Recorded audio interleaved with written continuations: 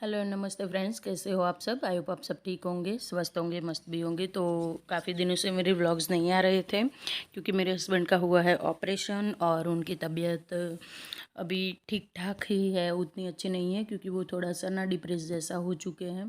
तो इस वजह से उनके ऊपर मैं ध्यान रखने में थी, इस वजह से मैं व्लॉग्स नहीं दे पाई हूँ।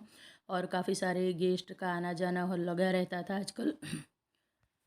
और मैंने ना किसी को भी बताया नहीं है, जितने भी हमारे रिलेटिव्स हैं उनमें से कि मैं व्लॉग्स बनाती हूँ या ये या वो। तो इस वजह से मैं सबकी मौजूदगी में व्लॉग्स बनाना ठीक भी नहीं समझती थी क्योंकि मुझे अपने दम पे खड़ा होना है। ऐसा नहीं कि चलो 100-200 अपने घर वालों को बोल दिया और सबसे चैनल सब्सक्राइब करवा लिया। नहीं, मुझे ये सब नहीं करना है। मुझे अपने खुद के दम पर अपने पैरों पे खड़ा होना है।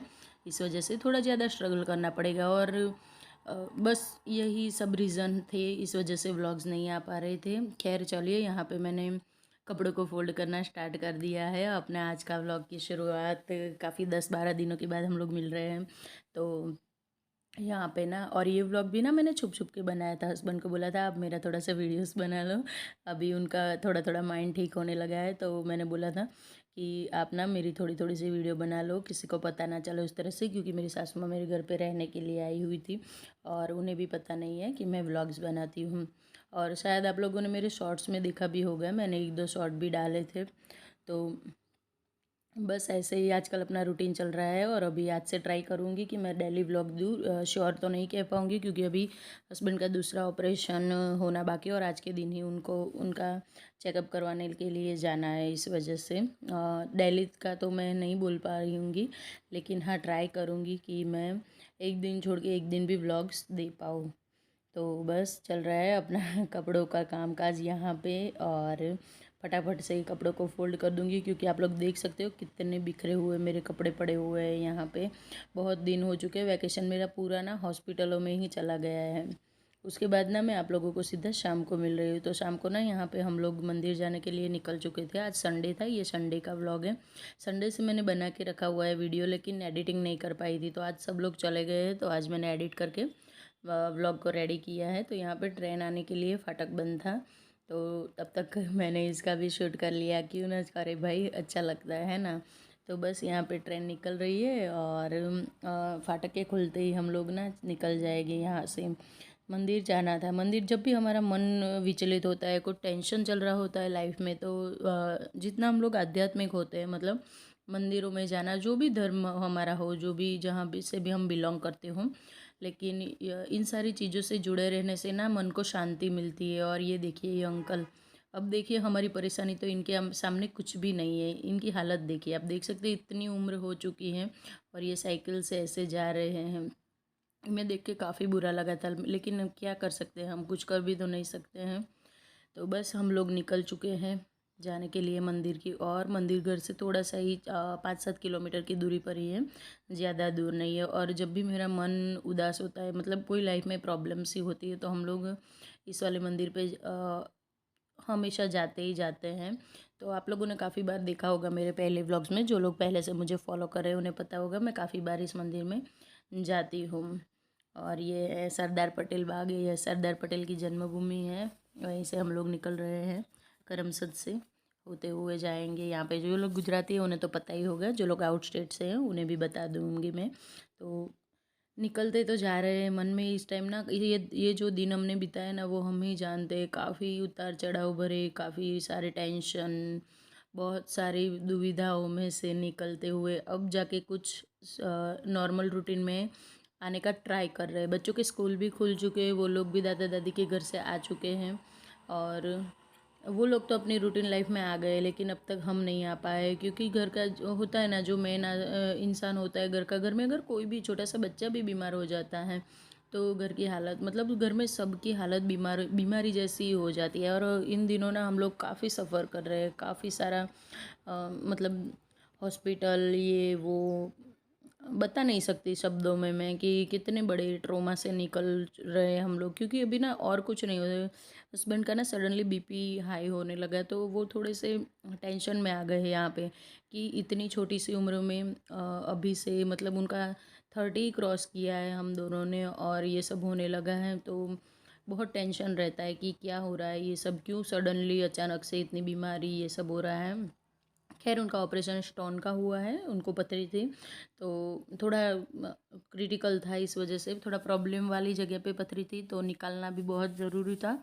तो इसलिए हमने तुरंत ही डिसीजन ले लिया था उनकी सर्जरी करवाने का। तो आधी सी सर्जरी हो चुकी है और आधी बाकी है। स्टोन काफ़ी बड़ा है इस वजह से, और इतनी नाजुक जगह पे है कि वहाँ से एक साथ में निकाल भी नहीं सकते हैं।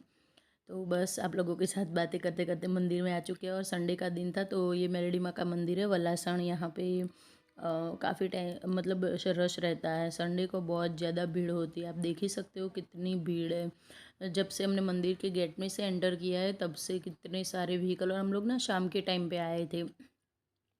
यहाँ पे कुछ बस एकदम ना अच्छा सा माहौल हो चुका था, मन शांत हो चुका था यहाँ के, और काफ़ी सुकून मिल रहा था। इतनी सारी टेंशन, इतनी भगदौड़ में से निकलने के बाद यहाँ पे मैंने प्रसाद भी ले लिया है और अब जाएंगे हम लोग मंदिर की ओर। तो बस चलते चलते जा रहे हैं मंदिर की ओर। आप लोगों को भी मैं दर्शन करवाऊँगी माता रानी के। भीड़ तो बहुत सारी है लेकिन फिर भी जगह तो हो जाती है, भीड़ का भी क्या है, सब आए हैं दर्शन करने के लिए। और संडे को यहाँ पे बहुत लोग आते हैं, बहुत मतलब बहुत, दिन में भी इतना, सुबह में भी इतनी पब्लिक होती है और शाम को भी इतनी ही पब्लिक होती है यहाँ पे। और काफ़ी अच्छा मंदिर है, अभी अभी नया बनवाया है ये, इसका मतलब नया मंदिर बना है। हाँ था पुराना ही है, जगह पुरानी है, लेकिन मंदिर अलग से फिर से नया वाला बनाया है। तो चलिए आप लोग भी मेरे साथ मंदिर में आइए और माता रानी के दर्शन कर लीजिए, आप भी अपनी सारी मनोकामनाएं पूर्ण कर लीजिए। और आ चुकी हूँ मैं मंदिर के अंदर, और यहाँ से दर्शन करके फिर हम लोग थोड़ी देर बैठे थे, काफ़ी टाइम तक बैठे थे यहाँ पे। काफ़ी सारा रास्ता, नंबर आने में भी टाइम लगा था, बहुत ज़्यादा टाइम लग गया था यहाँ पे हमें। और उसके बाद अच्छे से एकदम एकदम मस्त वाले दर्शन हो चुके थे, तो उसका कोई टेंशन नहीं रहा था। बस माता रानी करे सारी प्रॉब्लम एक साथ ख़त्म हो जाए और हम लोग फिर से अपनी रूटीन लाइफ में आ जाए। उसके बाद ये दूसरे दिन का वीडियो है। तो सुबह की क्लीनिंग है, बच्चे स्कूल में जा चुके हैं और अपनी बुक सारी फैला के गए हैं। अभी ना उनको सारा कुछ मतलब सेटअप करने में सिर्फ 2 महीने में ना कितना कुछ बदल जाता है। 2 महीने की छुट्टियां था, उसमें तो उनको ऐसा लग रहा है कि बस काफ़ी टाइम से वो लोग स्कूल ही नहीं गए हैं। और यहाँ पे सारी चीज़ें ना, सबसे ज़्यादा ये जो टेंशन होती है ना, ये सेंटर टेबल पे ही होती है। काफ़ी सबसे ज़्यादा चीज़ें, मतलब जिसके भी हाथ में जो भी आता है आके रख के चला जाता है, तो मैं सारी चीज़ों को अपनी जगह पे रख दूँगी। ये दवाइयाँ हैं, कुछ चने बच्चों ने खाने के लिए लिए थे लेकिन फिर उसके बाद उन्हें भी ठीक अपने ठिकाने पे नहीं लगाए थे। तो एक हाथ में मोबाइल है और एक हाथ से शूट कर रही हूँ और दूसरा हाथ से मैं काम कर रही हूँ यहाँ पे। तो यहाँ पे जितने भी ये मतलब डॉक्यूमेंट्स हैं, ये सारे कुछ काम के लिए बाहर निकाले हुए थे लेकिन अभी तक उन्हें अपनी जगह पे नहीं रखा था, क्योंकि जो भी चीज़ आती है सब आके सेंटर टेबल पे छोड़ के चले जाते हैं। तो सुबह के क्लीनिंग के टाइम पे ये सारी चीज़ों को मैं अपनी जगह पे लगा दूंगी। और गेस्ट का आना जाना इतना लगा हुआ है कि घर को क्लीन रखना भी बहुत ज़्यादा ज़रूरी बन चुका है इस टाइम पे। और ये देखिए धूल मिट्टी कितनी आ रही है, अभी ना काफ़ी तेज़ हवाएं चल रही है इस टाइम पे, तो इस वजह से ना बहुत सारी धूल मिट्टी आ जाती है। तो उसका भी क्लीन होना बहुत ज़्यादा ज़रूरी हो चुका है। तो सारी चीज़ों को सबसे पहले मैं अपनी जगह पे अरेंज कर दूँगी और उसके बाद में क्लीनिंग के बारे में कुछ सोचूंगी। ये कुछ प्रसाद है, इसे मैं फ्रिज में डाल दूँगी। फ्रिज भी काफ़ी डीप क्लीनिंग मांग रहा है, कभी काफ़ी टाइम हो चुका है फ्रिज की क्लीनिंग किए हुए भी मुझे। सोचती हूँ जल्दी से जल्दी ये भी निपटा दूँ। ये देखिए कीस कहीं पे डाइनिंग टेबल पे है, कुछ चीज़ें सेंटर टेबल पे हैं, सबको अपनी अपनी जगह पे किसी ने भी नहीं रखा है। जिसके हाथों में भी जो भी आता है वो लगाते चला जाता है। तो चीज़ों को अपनी जगह पे अरेंज करने के बाद फिर ड्यूटी मैंने चालू लगा दी थी झाड़ू लगाने की, क्योंकि झाड़ू जैसे पहले, सबसे पहले तो डस्टिंग ही होती है। चीज़ों को अपनी जगह पे रखती हूँ, उसके बाद मैं डस्टिंग करती हूँ और आप लोगों को पता ही है उसके बाद ही मेरा झाड़ू पोछे का काम काज चालू होता है। तो यहाँ पे और बिल्कुल वैसे ही एक हाथ से मोबाइल पकड़ा हुआ है और एक हाथ से काम हो रहा है, इस वजह से थोड़ा लुक ऐसा आ रहा है। तो झाड़ू यहाँ पे मैंने किचन में और बेडरूम में लगा दिया था। उसके बाद नंबर आ चुका है हॉल का। तो यहाँ पे सेंटर टेबल पे एक पोछा लगाना मैं भूल चुकी हूँ शायद, तो काफ़ी सारा कचरा दिखा मुझे सेंटर टेबल पे सारी चीज़ों को उठाने के बाद। तो वहाँ पे भी एक झाड़ू के हाथ लगा दी है और फटाफट से झाड़ू लगा दूंगी। अभी इस टाइम पे ना सासू माँ ऊपर मंदिर में दिया बाती कर रही थी और मेरी एक ननद आई हुई है, चाचा ससुर की बेटी, तो वो ना बाहर की ओर थी, तो इस चीज़ का मैंने फ़ायदा उठा लिया और अपना व्लॉगिंग चालू कर दिया है यहाँ पे। और आप लोगों को मेरी मेहनत थोड़ी सी भी अच्छी लगती है तो प्लीज़ चैनल को सब्सक्राइब करें, वीडियोज़ को लाइक एंड शेयर करें और मुझे प्यारे प्यारे से कमेंट देना बिल्कुल ना भूलें। तो बस यहाँ पे सबसे सोफ़ा को भी साथ के साथ मैं ठीक करते जा रही हूँ। सोफ़ा को झाड़ तो लिया था मैंने वैसे, लेकिन कुशन वुशन कुछ ठीक नहीं किया था, तो हाथ के हाथ वही कर रही हूँ। और यहाँ पे जहाँ पे भी मैं आगे आगे चलती जा रही हूँ ना, जितना भी उतना मुझे बच्चों के बुक्स मिलते जा रहे हैं। अंश अभी 9th स्टैंडर्ड में आ चुका है, तो उसके भी बुक्स काफ़ी हैवी हैवी से हो चुके हैं, बड़े बड़े मोटे मोटे से। बच्चों के ऊपर भी काफ़ी बर्डन पढ़ाई का आ चुका है, पढ़ाई उनकी स्टार्ट हो चुकी है। और यहाँ पे ये अब नंबर आ चुका है डाइनिंग टेबल की क्लीनिंग का। तो बस फटाफट से एक पोछा गीला कपड़ा ही मार दूंगी। कॉटन का कपड़ा वैसे मैं एक रखती हूँ, तो गीला वाला कॉटन का कपड़ा मार दूंगी यहाँ पे और हो जाएगा मेरा डाइनिंग टेबल एकदम चकाचक। हाँ जी, कांच का है, इस वजह से, ग्लास का होने की वजह से इसकी सफाई में कुछ ज़्यादा ध्यान देना पड़ता है। तो और कुछ नहीं करती हूँ, कभी कभार लगा देती हूँ कॉलिन, कभी कभार साबुन से भी कर लेती हूँ, लिक्विड से भी कर लेती हूँ, कभी कभार सिर्फ गीले कपड़े से भी कर देती हूँ। और इस वाले कपड़े को ना मैंने दूसरी तरफ कर लिया है और दूसरी तरफ से मैं यहाँ पे ये जो मेरा सर्विस टेबल है उसकी भी क्लीनिंग कर लूँगी हाथ के हाथ। बस सभी जगह पे यही करना है। फ्रिज पे भी काफ़ी धूल मिट्टी जम चुकी है, तो फ्रिज के ऊपर भी डेली ये सारी चीज़ों के पे तो हाथ लगता ही लगता है और लगाना ही पड़ता है, नहीं तो फिर गंदगी जमा होने लगती है और एक दिन इतना ज़्यादा काम हो जाता है कि हमसे हो नहीं पाता है। तो बस ऐसे ही फ्रिज के ऊपर वाले पोर्शन में पोछा लगाने के बाद नीचे वाले, मेरा फ्रीज़र नीचे है और काफ़ी सारे कमेंट आते हैं फ्रिज के बारे में। तो फ्रिज मेरा वर्लपूल का है और डबल डेकर ही है, लेकिन फ्रीज़र नीचे की ओर है, फ्रीज़र ऊपर नहीं है। तो इस वजह से ना मुझे बार बार झुक के काम नहीं करना पड़ता है। फ्रीज़र अगर आमतौर पे ऊपर होता है ना, तो नीचे की ओर झुक झुक के काम करना पड़ता है और काफ़ी टाइम हमारा महीने में कुछ दिन ऐसे भी होते हैं कि हम इतना झुक झुक के काम भी नहीं कर सकते और तकलीफ़ भी होती है कमर में। ये सब चीज़ों को देखते हुए मैंने ये वाला फ्रिज लिया है और काफ़ी अच्छा भी चल रहा है मेरा फ्रिज, मुझे कोई प्रॉब्लम नहीं है इससे। उसके बाद टीवी यूनिट पे भी आ गई थी, यहाँ पे भी कपड़ा लगाना था। आप देख सकते हैं कितना धूल मिट्टी आई हुई है इस जगह पे भी, वायर के ऊपर भी आके मिट्टी एकदम सी चिपक सी गई है।